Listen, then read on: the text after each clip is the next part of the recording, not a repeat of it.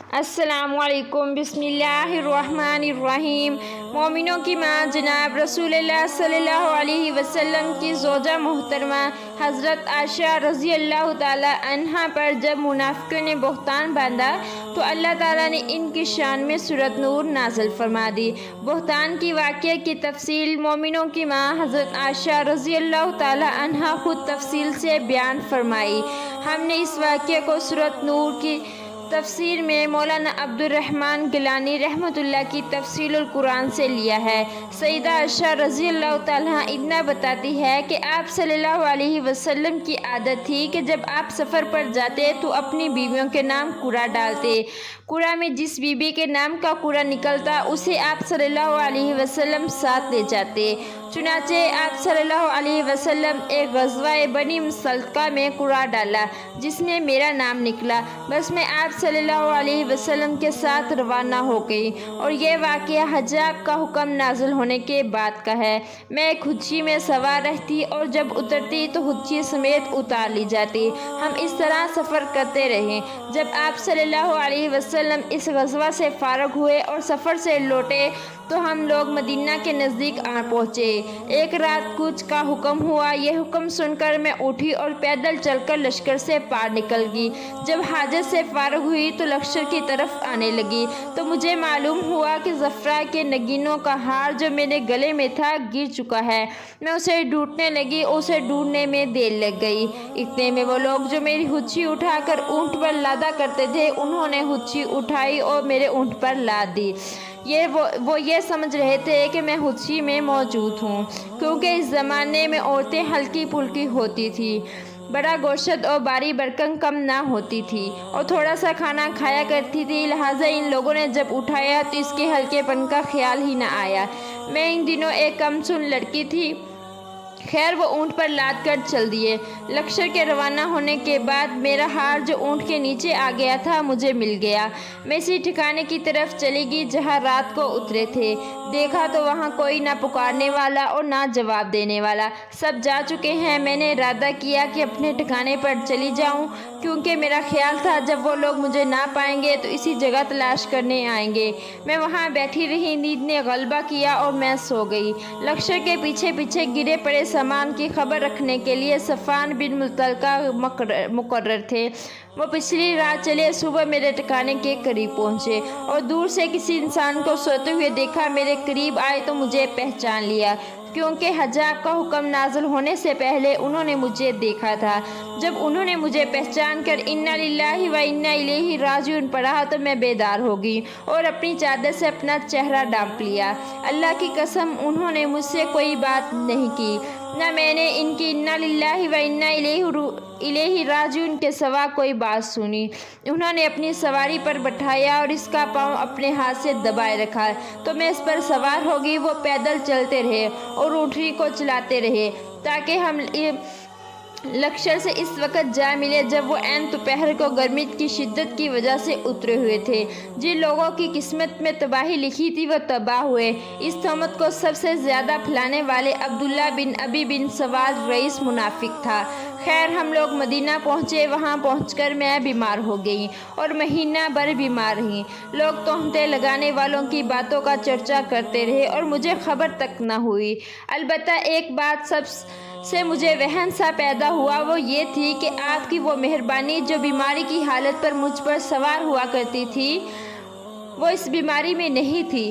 آپ تشریف لاتے، السلام علیکم کہتے اور پھر یوں پوچھے کہ اب طبیعت کیسی ہے، چل دیے۔ اس بات سے مجھ کے کچھ شک تو پڑتا مگر کسی بات کی خبر نہ تھی۔